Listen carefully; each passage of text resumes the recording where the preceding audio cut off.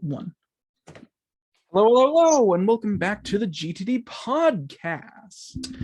I am the Norix. I speak for the podcast, and we're without Max once again, but I did say maybe not get used to it, but that's fine. But hey, at least I still have the people that have been with me since the start. Something. Yeah. As always, I'm with Matthew. Hello, I'm Matthew. And The Mafu. Panda Head. Panda head. It's not, oh, it is a panda. Yeah, I have a wolf head. There it is. It's Panda Head. And now it's a wolf head. Panda wolf head. Also known as Devon or whatever. It's actually cold. Is it cold? I never would have The wolf guessed. head is not as good as the panda head. I never would have guessed. It's like, actually, how cold is it? It's like what? Like 40 degrees outside right now? I don't know. 37. Probably. It's apparently 37. Yeah, That's kind of chilly, I guess. I don't know. It doesn't really bother me that much. I'd rather if it was 60 degrees. Well, that would make sense considering you're cold. You'd obviously want it to be warmer. Yeah. Yes, with Devon and no Max, as I've already stated. But he might be here next week. You never know. Got cats. Yes. Yes. The GT podcast, little low energy today, I guess. Not sure what happened. Not a lot to talk about this week, but we'll get through it. We have several things coming up in the show. We'll be talking about what we've been doing this week. Then we'll be talking about a trailer we have for Somber.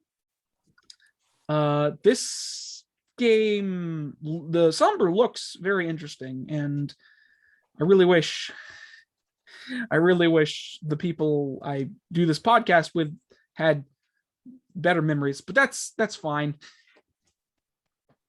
Why do you say better memories? Oh, it's nothing in particular. It's like, Did we look at Somber before? like no, like I don't know, telling Devon to look at it. Hey, Devin, look at the Somber trailer. You know what I mean. It's like, I'm aware I could tell him, but I feel like I shouldn't have to, considering I have a public Discord for both of yous, and one of you is constantly looking at it. Just saying. Anyways, yeah, I'm looking at it for me, not Devin. We'll be looking at that, and then we'll be talking about host topics if we have any. Usually don't, but you never know. We'll talk about some news. Not really anything super major we're talking about, except for something relating the special effects company Weta. We'll to get to that when we get to that. And then moving on to shameless self-promotion and the end of the show. So with that out of the way, let's get into what we've been doing this week. So Matthew, what have you been up to? What have I been doing this week? Let's see. Minecraft and D&D. Okay. You never would have guessed, I'm sure. Wow. So cool. Yes. And finally, my party got to plot stuff. Really? Yeah, it only took 3 sessions. Well, isn't that interesting? Yeah. And my other party, at least their characters are completely fed up with the dungeon they're in. Yeah.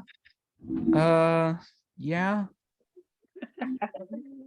But it's almost done, so. Just watched it. Okay. Let's see. Mm,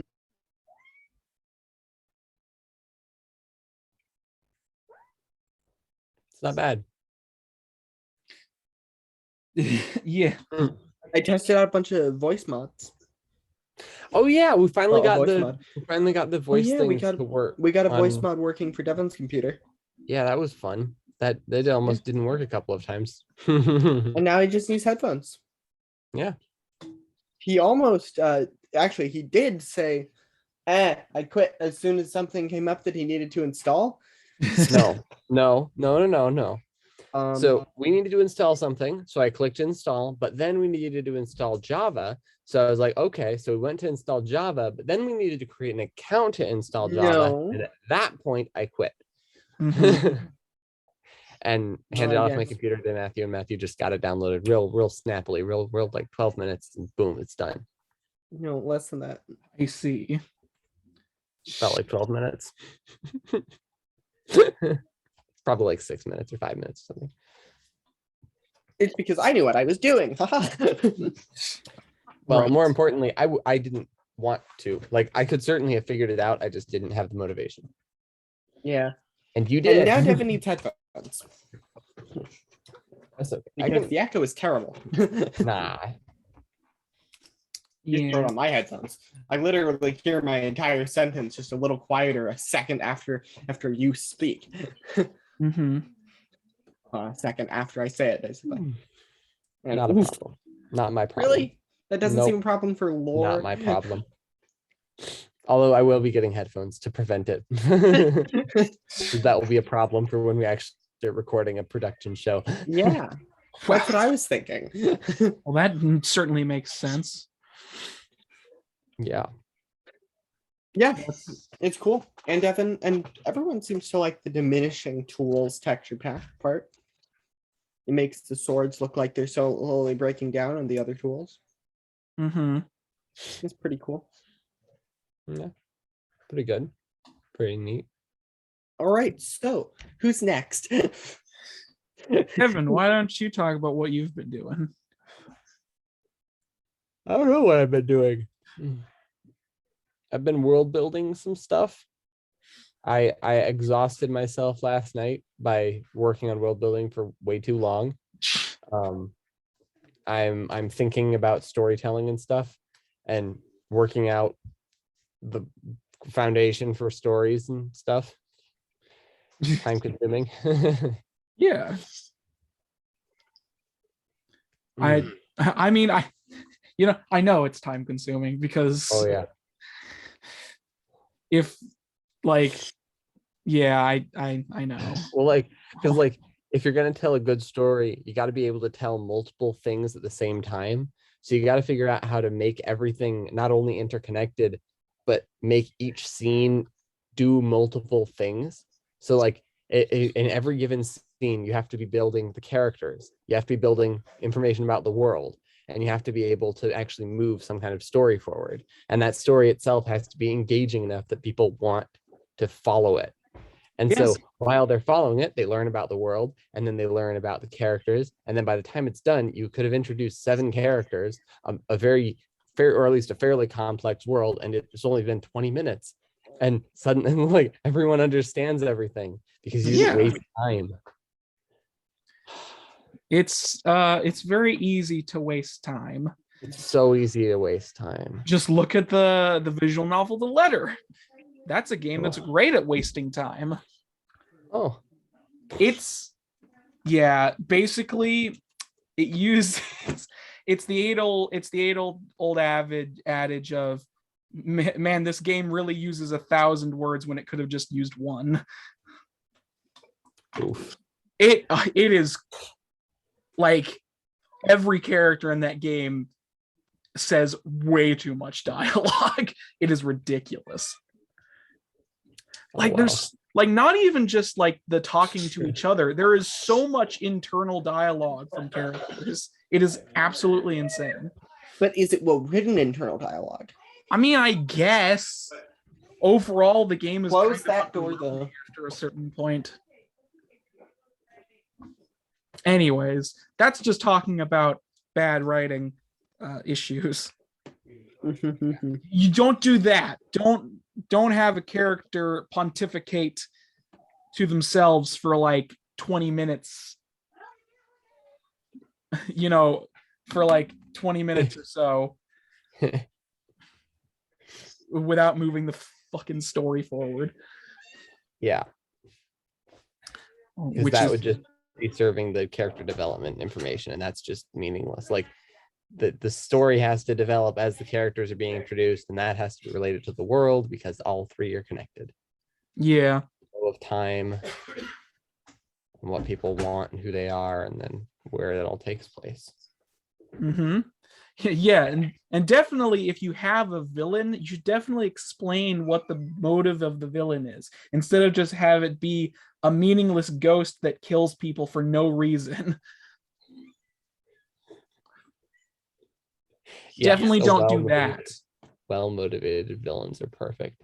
There's actually there's this show you might not have heard of called Game of Thrones. No, I haven't heard of it.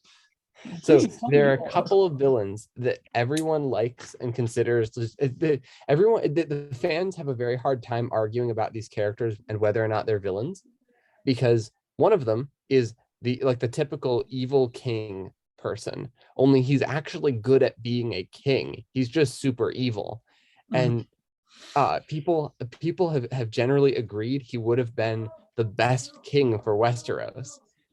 There's a large number of people that believe this, but the thing is, he's a really bad person. Yeah. And like, you don't generally get good kings out of really bad people who have really bad company.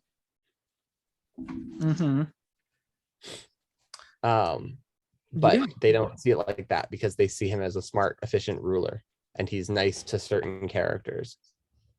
And even though he's super racist, they don't see it like that because upper class and lower class society in America doesn't really exist on a different, like there isn't like the nobles and the low folk, but in Westeros there is, and it's hard for people who watch it or read the books to understand that there's like a stark difference there. Right. Discriminating against someone based off of their birth is actually quite racist. Even if it's not racist, it's quite prejudiced.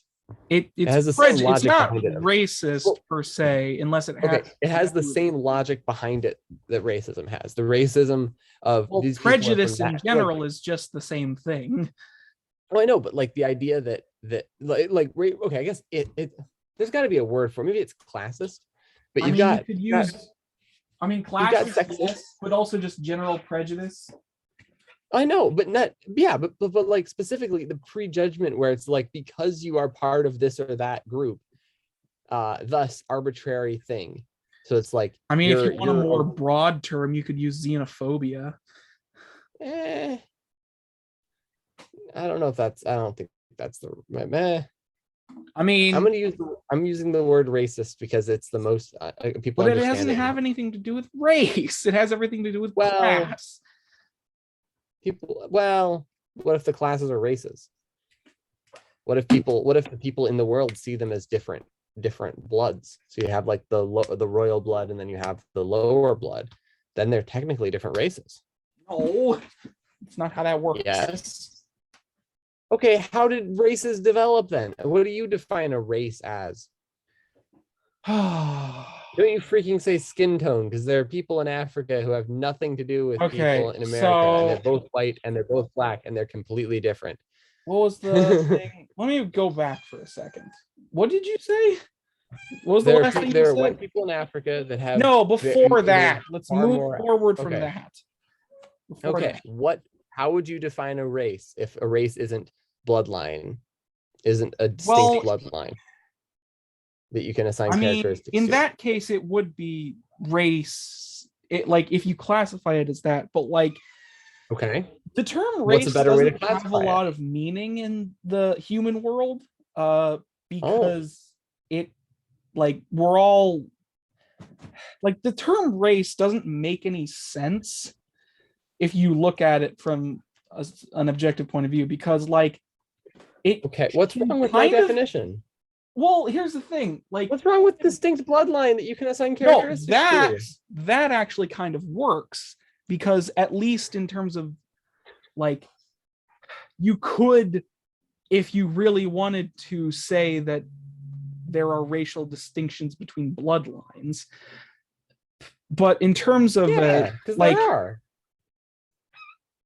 well, when like, It yeah. All I'm saying is that the term race might doesn't not be make the blood, it's one sense culture of the family. because in order to like Okay. all The word I'm- race doesn't make a lot of sense because we've given it two different meanings, one of which is the much smaller meaning, and then the other one is like almost equivalent to skin color. And then beyond that, like face shape Yeah. or some nonsense, which we use the same word for all three of those. yeah, the English language has a bad habit of that. Especially the modern usage of the English language. My God. Yeah. The amount of words that have so many different meanings in the modern day context is ridiculous. Anyways, I don't know why. Aaron. Hey, Aaron. What? Hey, Aaron. You know the word love has like 11 definitions? Horribly not surprised. Also, I don't know why I feel like I'm dancing on eggshells. I'm not doing anything bad. All I'm saying is that race, the term race I doesn't think, make sense. No, I think that's the reason that you feel like that is because race is a topic some people are sensitive about. Also, And it makes yes, perfect sense to be sensitive about it. in terms of yes, it does work as a definition in that regard. If our definition works, I suppose any definition I guess works. Well, no, because like the definition of skin color, if you say that race is skin color, say because you can't assign, you can't actually use that usefully because people there is nothing about a person's skin color that is going to give you information about them. Yeah. On its own. Yeah. That's the other thing, because then like because it's kind of like different, I guess maybe in terms of humans, it's like different ethnicities, but even that has a weird broad strokes to it because where do you define the exact lines for that kind of thing? because like what denotes an ethnicity? Yeah, like Aaron, we'll make Irish an ethnicity. Oh, frick, we'll make Northern Irish an ethnicity. Wait, no, we'll make Northern Western Irish an ethnicity. No, we'll make the people who have lived in this town in Ireland. It's better to just call them all white and pretend nothing bad ever happened to them. Yeah, but we can't call the Poles white. Poles are people of color now because they were enslaved, and all slaves were people of color. Right. I think this is actually something that happened. Like there was some board of some kind that decided that, you know what, we need to make sure that all people who have been enslaved in the recent time, in like the past few hundred years, are now registered as people of color. And so what about all the Roman slaves? Well, they happened a long time ago, and they aren't It was still relevant. slavery. Yes, it was, but that not It was the actually same worse slavery, probably. Well, they're arguing. They were thrown against wild beasts.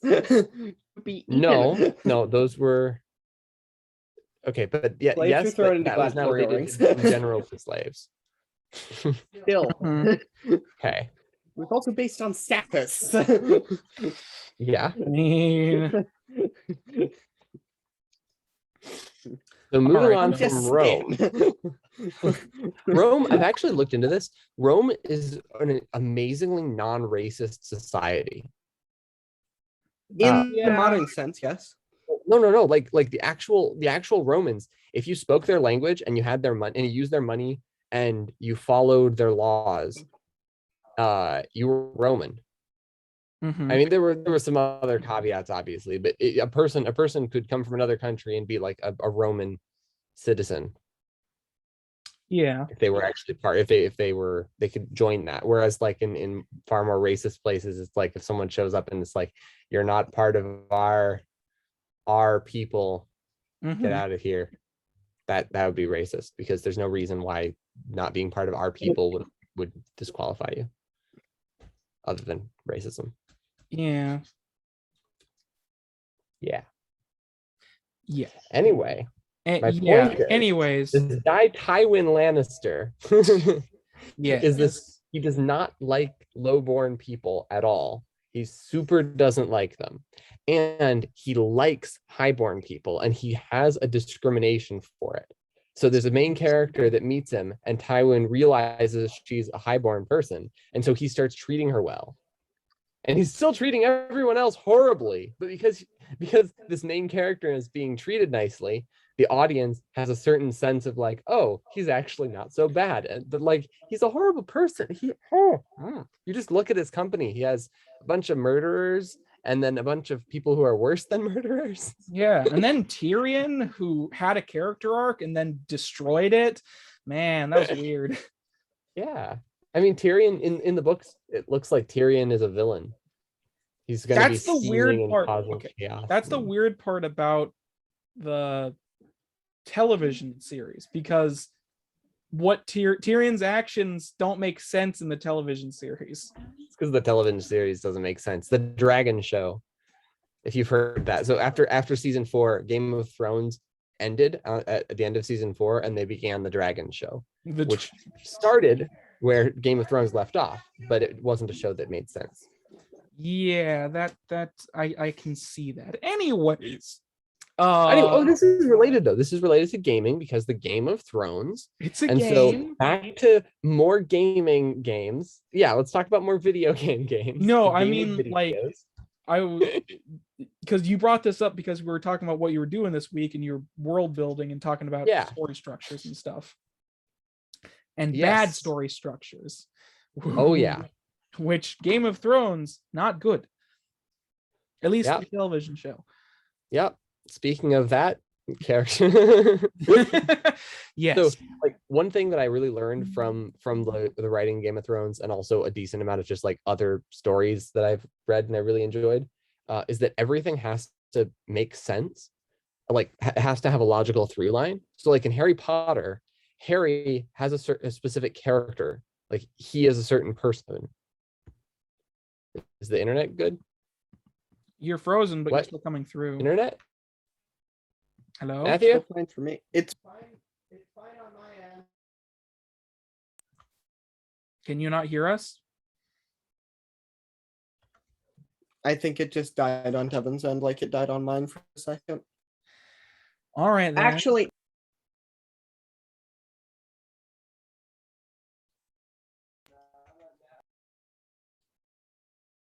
right. Anyways.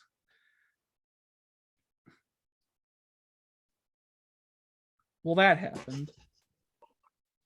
Yes. So like in Harry Potter, as I was about to say, as you were saying, Harry has a specific character, and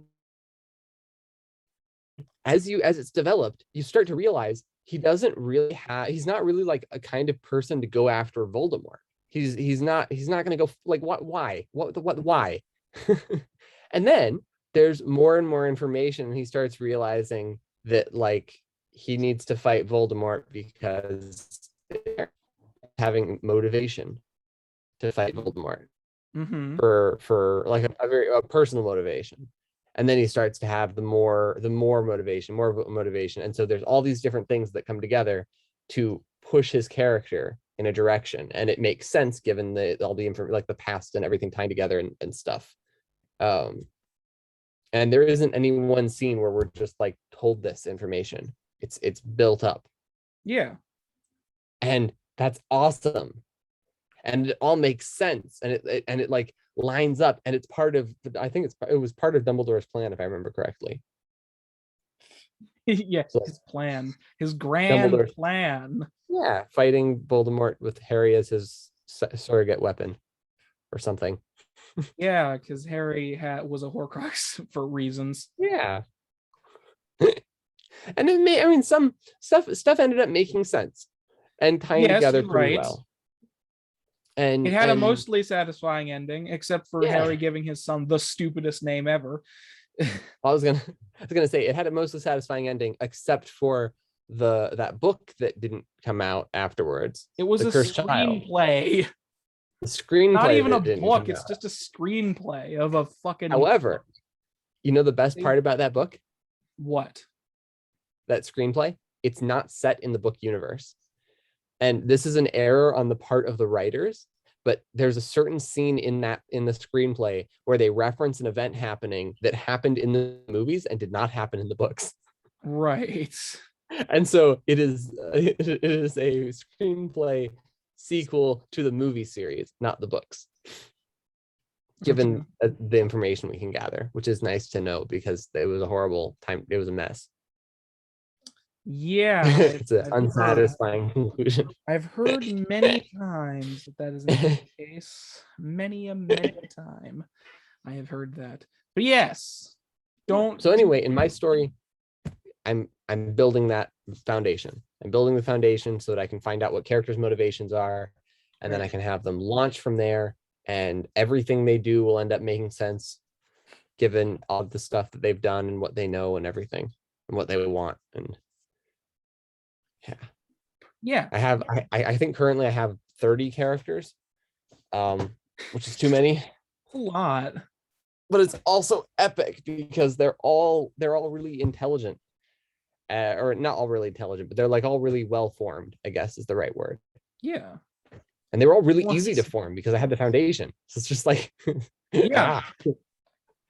They were inevitable. Stories come naturally when you have well-defined things surrounding it, because it's just a matter of like watching. Yeah, essentially. Just hit play. Wait, what? Oh yeah, just hit play and then start writing down what happens. I mean, yeah, kinda. It's just like stuff happens because people want stuff to happen. Yeah. So it's like, so you have things going on in this world and people are going to do their own things in this world as well. What would they do? Well, based on what these characters' motivations are, this is what they would do. Yeah. So it comes very naturally. Writing it is a different story, but figuring it out is figuring out what happened versus figuring out how to tell it to the audience. That's that's one of those things where Game of Thrones versus the Song of Ice and Fire books is actually like the Game of Thrones did a much better job, because book 1 is kind of tedious and book 2 is also pretty tedious, but the shows just like they consolidate things so well. Yeah. The adapters actually had a talent for adapting, given the fact that they were competent at that. I'm competent hesitant for a while. to say they're complete idiots. They're good at adapting things. They're not good at creating things. That's the main problem. Not at all. Or they got lazy. I mean, believe it or not, one of them has actually published, one of the 2 creator guys, he actually published, I think, 3 books. He's published 3 books. Were any of them good? According to the reviews I've looked at, yes, they were actually apparently decent books. Right. And this is before they started working on Game of Thrones, I think, which means that he actually knew what he was doing in terms of story stuff. And so he knew what to do, but chose to do crap, which is just sad. And then the best part is, if you actually look at reviews at the time, the horrible tragedy is that a lot of critics were clapping their hands and saying it was so good. Mm-hmm. The now well-known tragedy of Game of Thrones. Yeah. Anyways, I think we've complained about Game of Thrones enough for today. Just don't think about it. Just don't think about it. Yeah, so that's what you've been up to this week? Kind of? Yeah. And I have a question for you. What is the most unknowable thing? What is the most unknown thing in the world? I have an answer.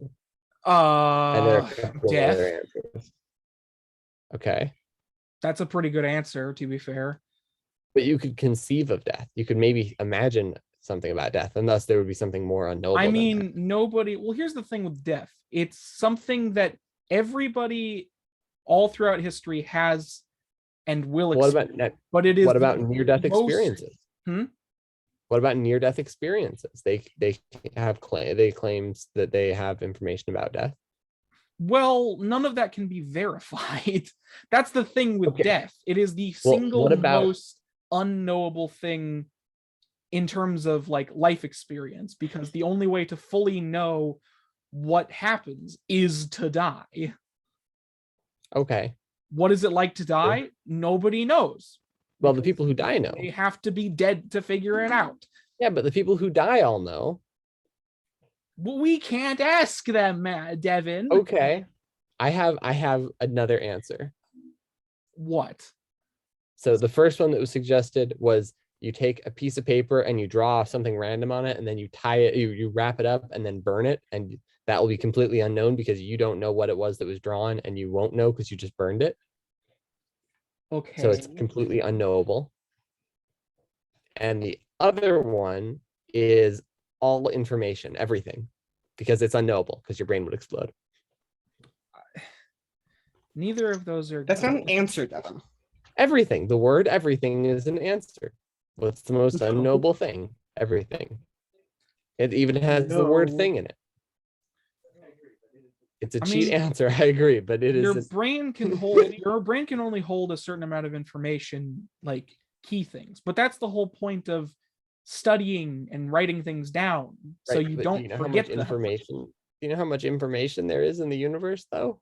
Yeah, I'm aware. Including inside of everyone else's brain. Yeah, that's why we have so much of it. Do you know what libraries are for? Yes. We've Not only for burnt down a not for having couple of all. them, Okay. throughout history. Some of them may have had information that we can never get back. Who knows? But someone knew it at some point. Yeah, somebody knew it. Anyway, yes. But I mean, I guess, but like, it's kind of a cop-out answer because it basically requires you to say, yes, I suppose no single person can know everything all at once, but as a collective, we do know everything because we, Nope. as humans, have constantly written down our history We don't even know anything close to everything. as a collective. Nope. Well, everything in history, anyways. Nope. Oh my god. Because Aaron, there's some battles that were fought in the Napoleonic War that we're not even sure what date they happened on. We can't pin down battles in Napoleonic War. How the heck are we supposed to know stuff about ancient history? Napoleonic War was like 300 years ago. Yeah, well, it's harder. Weirdly enough, the closer you get, possibly know stuff. Weirdly enough, the closer you get to that period of time, the harder it is to pinpoint things, because you can't take a look at fossil records. Basically, it's not old enough to be carbon dated, but it's not. Fossil records have error margins of millions of years, though. Yeah, I know, that's the point. That's not pinpointing. No, whatever. We're going to pinpoint this. It could either be 2 million years or 3 million years. Get what I mean, though. Basically, We're what I'm very saying is precise that here. basically what I'm saying is that there were many periods in human history where we lost a lot of stuff because people didn't think to write it down, or because we went through a dark age, or something else. Or because they wrote it down badly. They wrote it down in a way that didn't preserve it. Yeah, I mean, so like, books get destroyed when we find just them. for like an example, I mean, old cookbooks and stuff like that, like they were written down in a way for nobody else. Like they were written just for the chefs that were using them. Like the chefs That's wrote true. them, and they're written in a way that only chefs of that period can understand. And it's really hard to understand what they were getting at by modern standards. And that's just because cool. Cooking was not a peasant, like if you were a cook, you were most likely very high like society. It wasn't like something everybody did. Yeah. So have stuff like that. It wasn't even really until like I don't even remember what period, but like some of the first like proper cookbooks for like the public weren't published until like way, like, I don't know, probably, I wish I could remember, because there's a lot of like French like a lot of like, what was it? What was the first proper cookbook? I knew that, god damn. Basically, I think it was somewhere within the last century or two. No, more than that.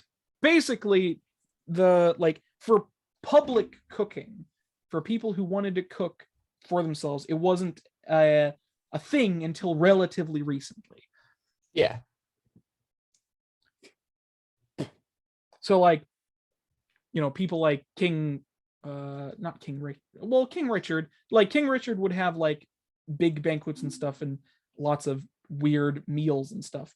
and those would only exist because of his cooks and stuff, and their specific cook. And we do have records of these cookbooks, but it's really hard to read them because of the measurements that they use, the language they use, and also the fact that it was written for just cooks to understand. That's So cool. So we have it's an example of like, well, humans historically have never really looked very far in the future and have only really done things in the here and now. Yeah. That's a pretty accurate summation of the entirety of human history. We do not And present. We do not think about the future very often. And Nope. when we do, it's for useless shit. Yeah. Yes. So, like, obviously there's information that we might never be able to figure out just because of our terrible housekeeping. Like who built the pyramids, or who built the Wall of China, or I mean, we know who built Hadrian's Wall, No. or Devin, I know you're why being, is the sky blue? Devin, I know you're being sarcastic, but we know who built the pyramids. We know who built Hadrian's Wall too. Yeah, I'm not horribly surprised. Anyways, Hey, Matthew, do you have a guess? Matthew, was do you it have Hadrian? a guess? Is called Hadrian's Wall? Because I didn't hear Definitely any built of by what you Hadrian. said. That's the problem. Oh, sorry. Yeah, it was definitely built by. I disconnected again. It was definitely built by Hadrian. If I had to take a wild guess, definitely Hadrian. I don't know what would make you think that. Oh, I don't know. It might be the name of the wall. Anyway, I actually need to look this up. I'm 99% sure Hadrian actually built Hadrian's Wall, but it might be named after something else. anyways, so that's what you've been up to this week. We kind of got. Okay.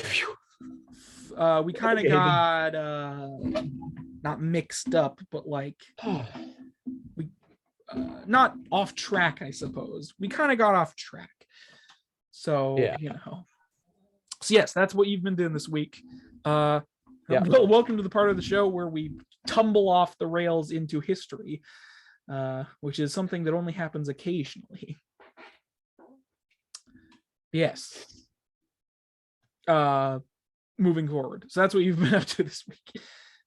That is what I've been up to this week. Right. Yes. What have I been up to this week? Well, a whole lot of nothing, really. I kind of looked back at what I've been doing and I realized, man, I haven't done a single thing.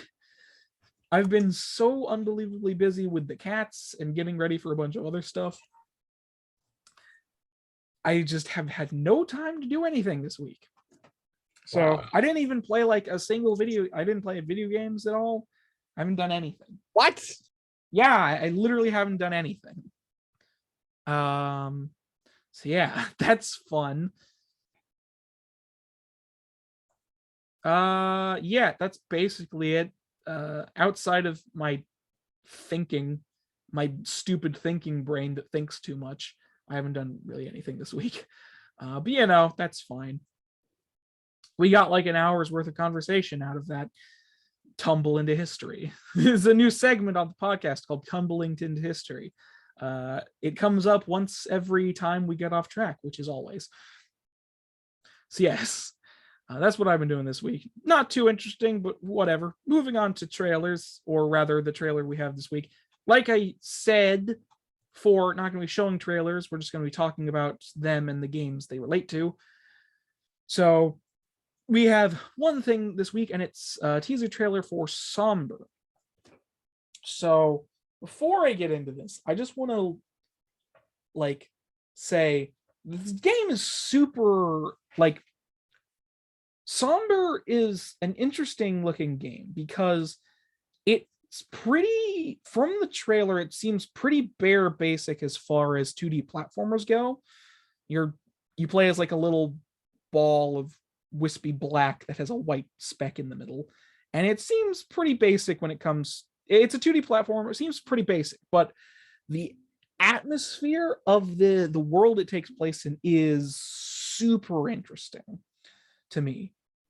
It has this very, well, the game lives up to its title. Let's put it that way.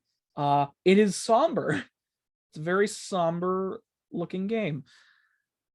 And I don't know, I just love the art style of like all kind of like black and yellows with like bits of color mixed in.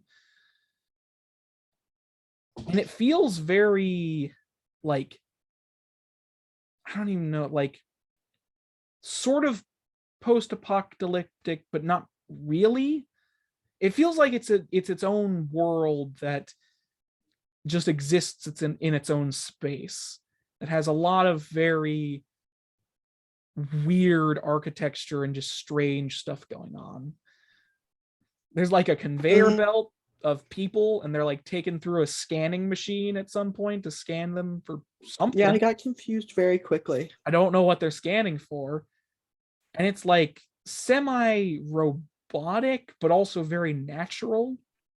It's very strange. And the music is also like top notch. It gives off very somber feeling in the trailer itself. And like, I don't know, it like it has a very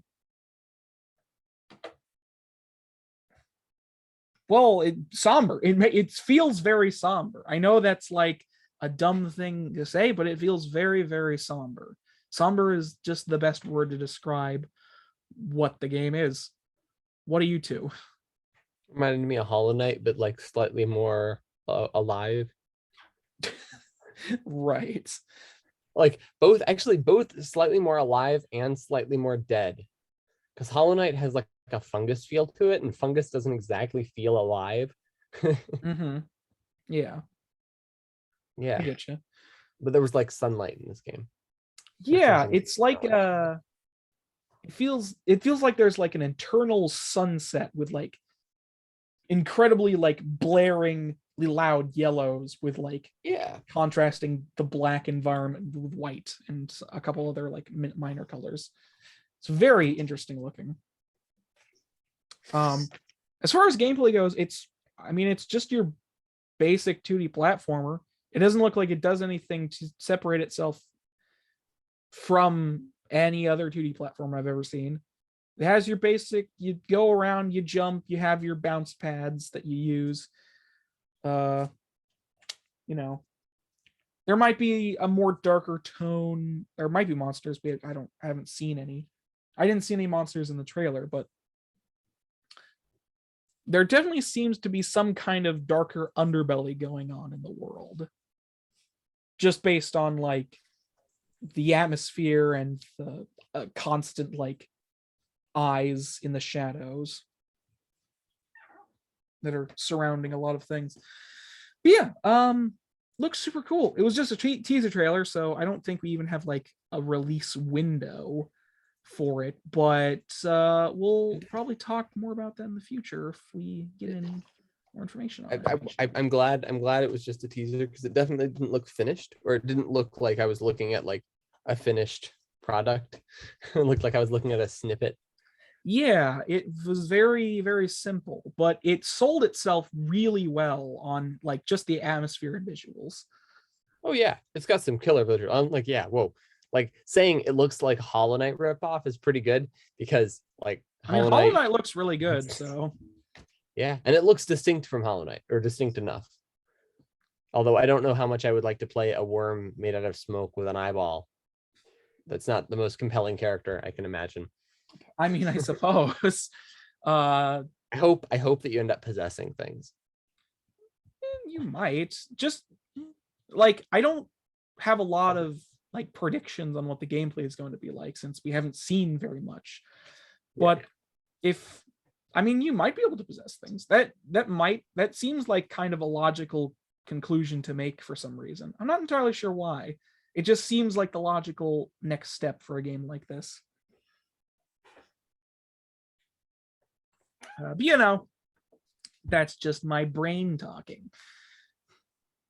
Yeah. My stupid game designer brain.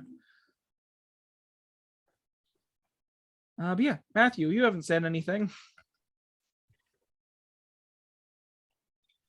See, I'm not quite sure what to think of the game because it looks pretty, but I'm like, it looks a lot like Hollow Knight.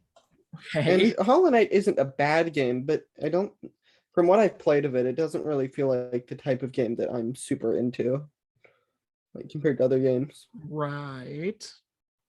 Um,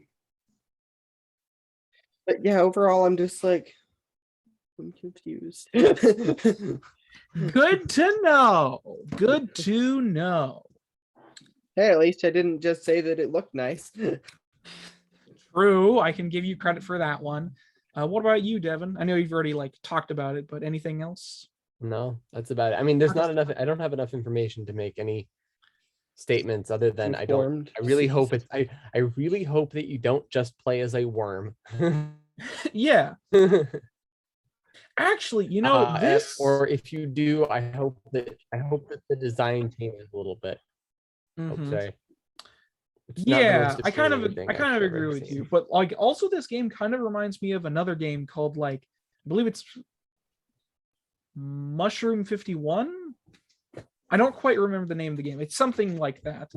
But it's a game where you control the character you control is like a lump of fungus and you control it by eating away at the lump to make it move forward with the mouse. It's very strange. But it kind of has a similar feel to this. Just this like weird world that you're just going through where something has definitely happened. Obviously, there's very little information to be gained. Yeah. Anyways, but yeah, Somber. Just a teaser trailer, so no release window or anything like that. Just keep an eye out for it, I suppose. Yes, moving on to that's trailers. Moving on to what is the things the host topic? That's what it's called. I genuinely forgot what the segment was called. Host topics. That thing that we never have.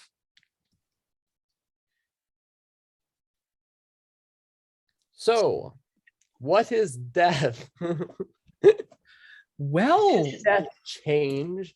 Is death the beginning of a new thing, or is death the permanent destruction? Is permanent destruction even possible in a world in which things do not disappear into nothing, they just change form? So is death only simply the changing of form?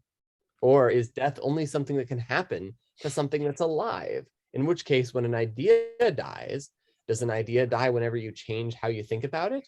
Or does an idea die whenever you stop thinking about it? All that and more on this completely unrelated to gaming thought. yeah, that. What is death, Aaron?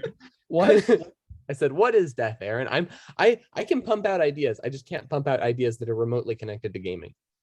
What is the death of a Well, game? you see, What happened? How does a game die? There we go. how does a game die? That is a related to gaming question. I suppose when people stop talking about it.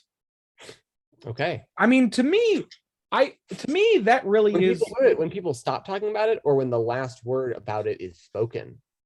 Well, it's when people stop talking about it.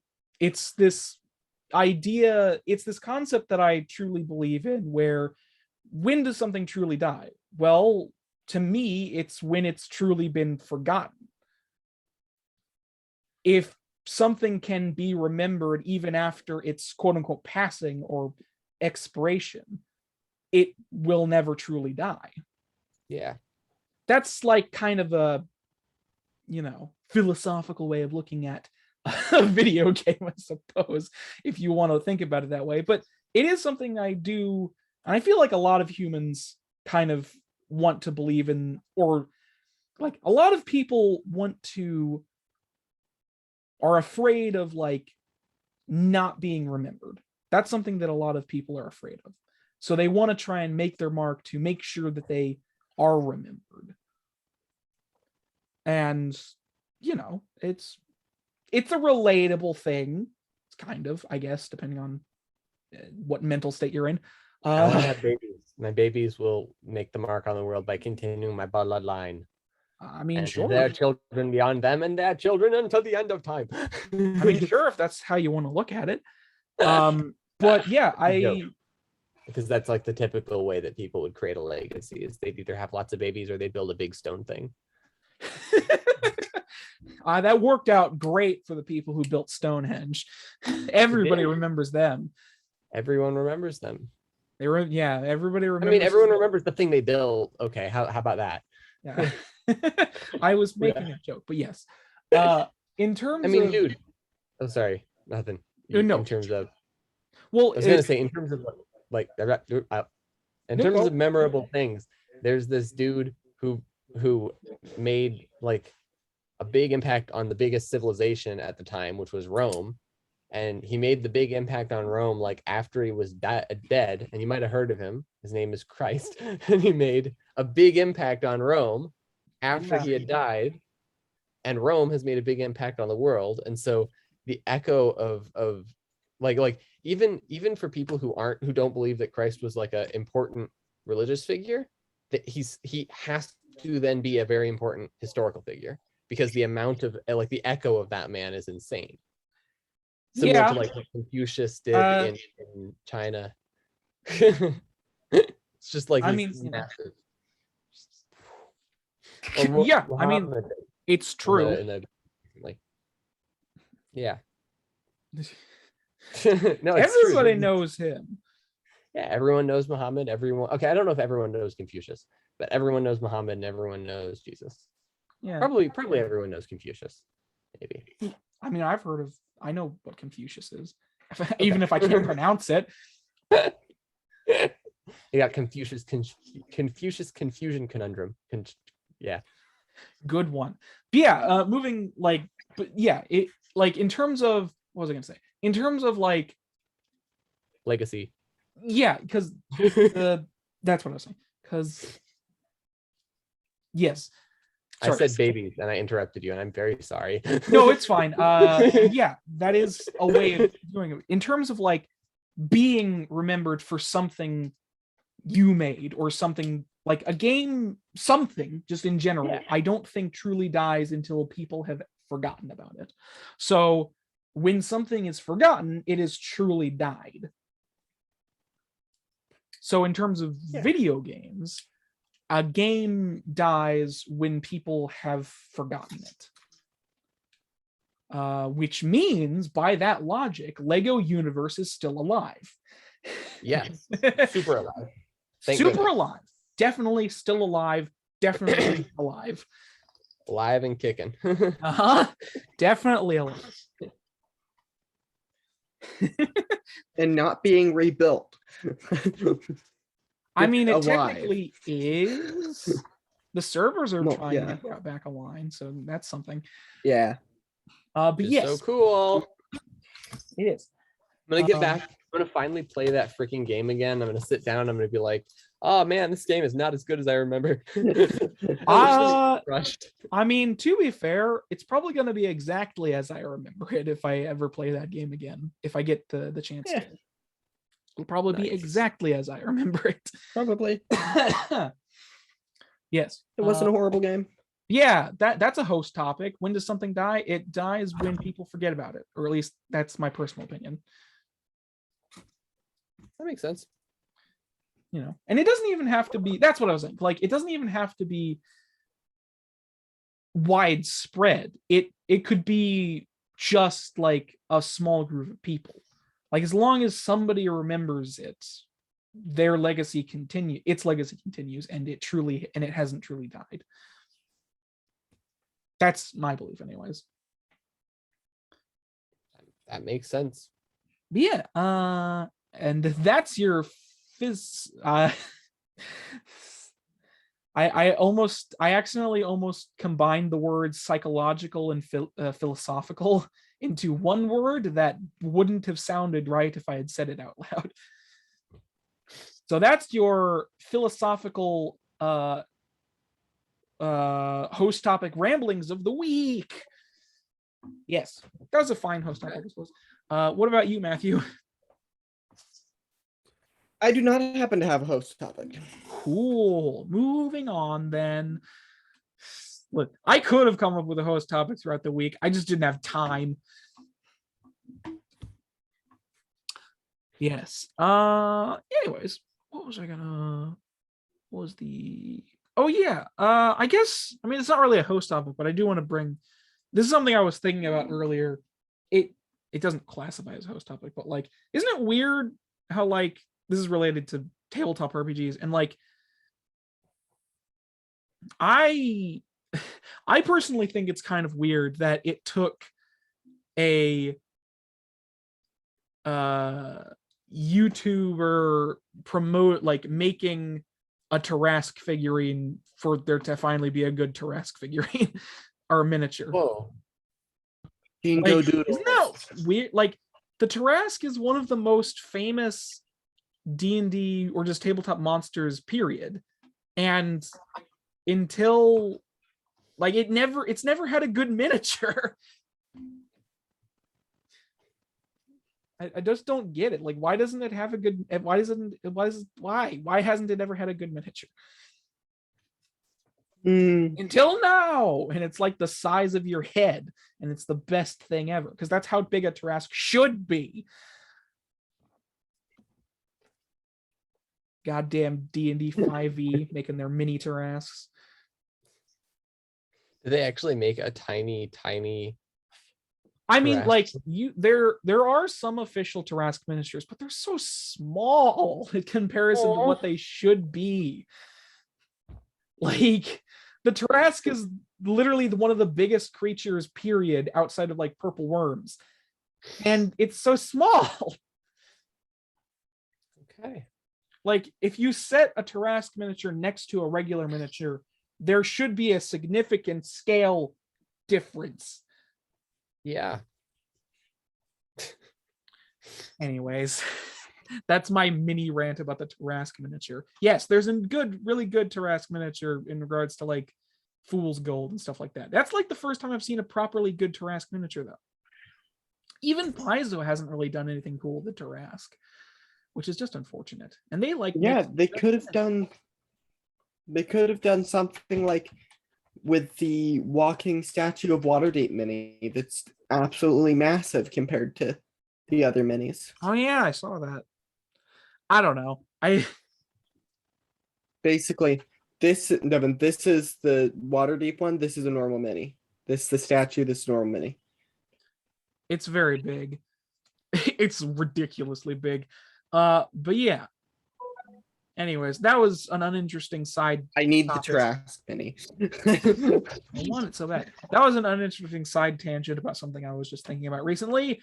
Moving on to the news. So not a lot of news to talk about specifically, but what I do want to talk about is Unity has acquired the VFX company Weta Digital. Now, this is super interesting and cool to me because for those of you who don't know, Unity is a game engine like asset thing that you can make video games in. It's a game engine. It's like a 3D game engine that you can make video games in, and it's for anybody to use kind of stuff.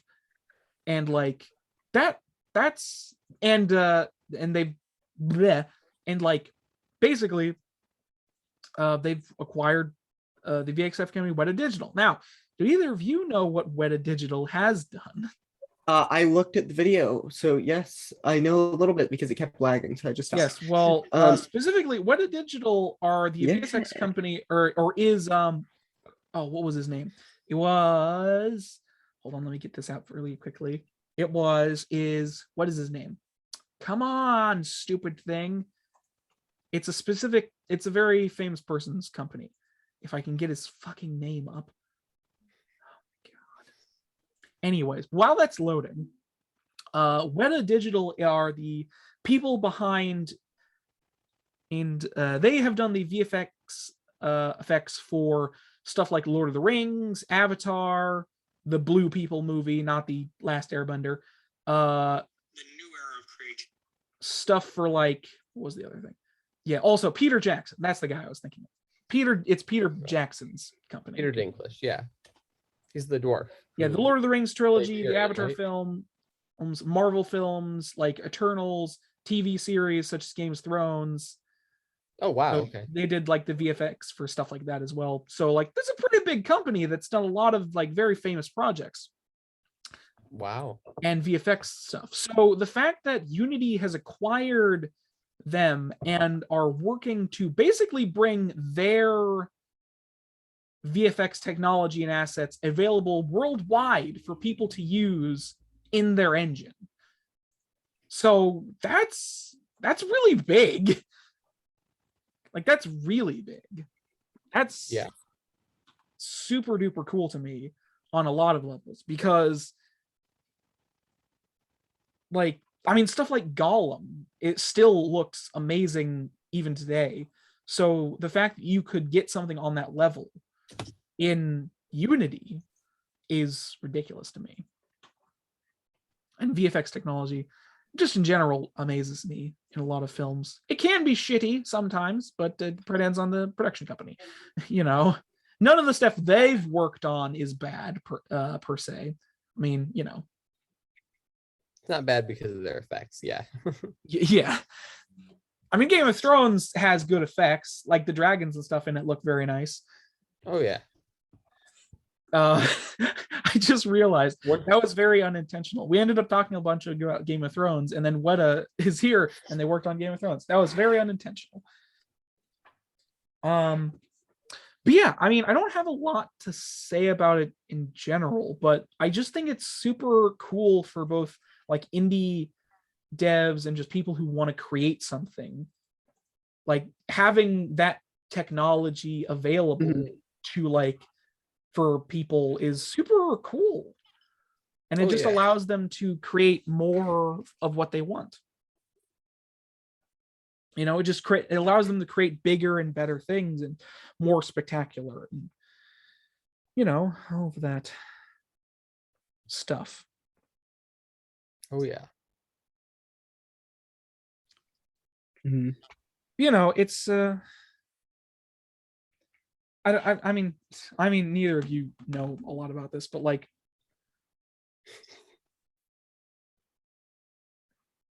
it's, you know, it's, I just think it's really cool because, like, what's the word I'm looking for? It's just, it gives a lot of like, it gives a lot of, God, I had the word in my head and now it's gone. Basically, what I'm saying is like, it gives a lot of opportunities for young creatives, is what I'm saying. Like to like, because that's professional, like software and technology being implemented in a free game, you know, game development software for anybody to use if they want on anything they want. Mm-hmm. So like, I just think it's ridiculous, that technology. I don't know. I missed him.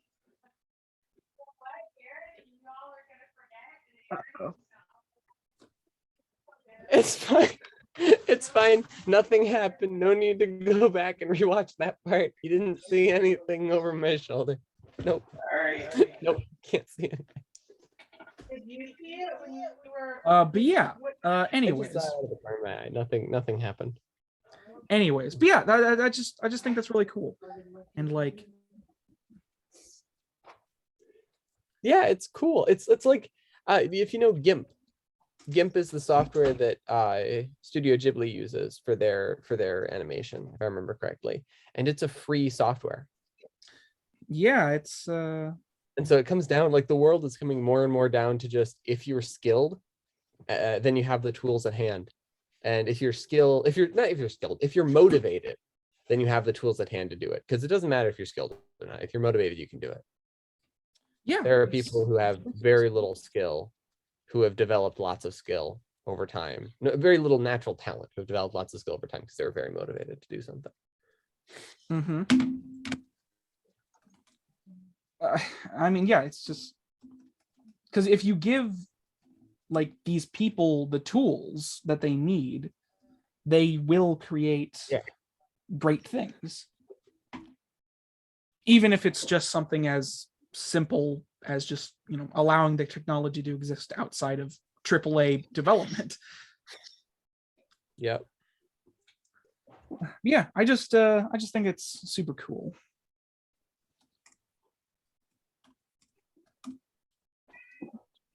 Anyways, I suppose you guys don't really have a lot else to say. Yeah, no. No. All right, in that case, we'll just be moving on to shameless self-promotion in the end of the show. So quickly promote yourselves and we'll get this thing over with. Well, I exist on the internet. Oh my God. Yes, you do. And that's about it. All right, moving at the moment. I'll actually say more when I actually have something out. Okay. I'm just working on things.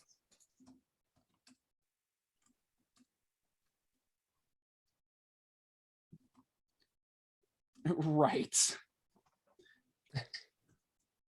What about you, Devin? Well, you can find me on Devmafu Gaming, where I will be making videos eventually, Minecraft videos. And if you're interested, and I mean, I have a couple up that I'm quite happy about, like the how to kill a pig. That was really cute. I enjoyed that one a lot. Like, I enjoy watching that one. It's just kind of funny and weird and mysterious. And if you want to find my more quality content, which includes a video that I currently cannot edit because I do not have my editing software on my computer, you can look at You Think What, which is the name of the channel, and you can find it by typing in either the Upstart Ragamuffin into YouTube search or DELIYETZ. That's DELIYETZ. And if you type that into YouTube search, the channel You Think What will show up. And it's dark magic. Don't think about it. Don't ask how it works. It just works. It's definitely not because I renamed my channel 5 times. Right. And I have 50 whole subscribers. So you better watch out for me. I'm a big boy. Yeah, it's so cool. That's it for you? Forget the fact that half of them are me. Yeah. All fucking 50 of them are all I think like 6 of them are me though, and that's just insane. Like 6 of them. ridiculous. All right then, but that's it for you. That is it for me. Okay. What have I got coming up? Well, the podcast will continue to be uploaded as per regular, YouTube, SoundCloud, all that jazz. At Gaming the Discussion on Twitter. If you want to find me there, it's whatever, I don't use Twitter. Gaming Common the Discussion on YouTube, GTD podcast on the SoundCloud stuff. I get more traffic there anyways. So just go have fun. View my shit. My terrible stuff. Anyways. What was I saying? Yes. And Good though. you'd hope so. And but that's it for me. As I've always said, I don't promise anything because I can't keep those. But yeah, thank you all so much for watching this episode of the GD podcast. And do all that stuff about the sharing stuff. I hope you enjoyed. And see you all next time, I suppose. Anything from you guys? Bye. Yeah, that. We need to get better at this.